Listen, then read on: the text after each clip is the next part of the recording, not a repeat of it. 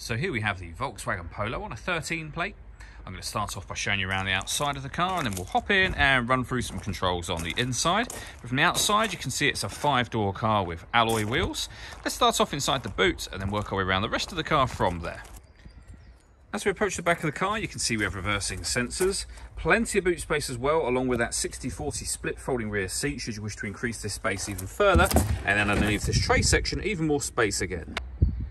Okay, so we're just going to work our way back round to the front of the car, and then we'll hop in and run through some controls on the inside. But now that we've done a full circle of it, you can see it's in excellent condition the whole way round.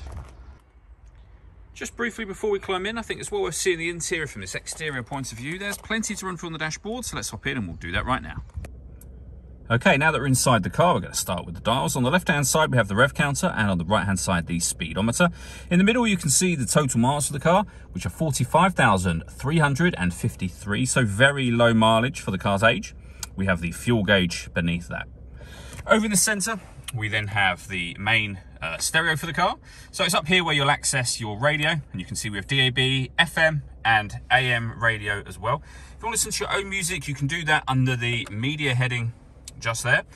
We've got auxiliary input and a CD player, as you can see. Main volume for the stereo just there, and the CD player here. Just above that, we have the hazard warning light, rear heated screen, and you can turn the traction control off. You can also pair your phone to the car and use the Bluetooth heads-up display that you see just here. Underneath the stereo section, we have the air conditioning. So you can adjust the temperature, the fan speed, and the direction you'd like the air to be distributed in from here. When you're happy with those settings, that button will turn your air conditioning on, and it's on when that light shows. It'll turn it off again as well, of course. And this button will recirculate the air that's in the car currently. That's a great way of heating it up or cooling it down quickly, depending on the temperature you set on this dial over here.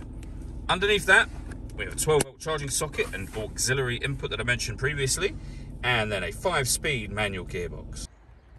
All that leaves me to say is thank you for taking the time to watch this video. If you'd like to come and see the car in person and have a test drive, please feel free to give us a call here at Surrey Specialist Cars. We'd love to hear from you soon.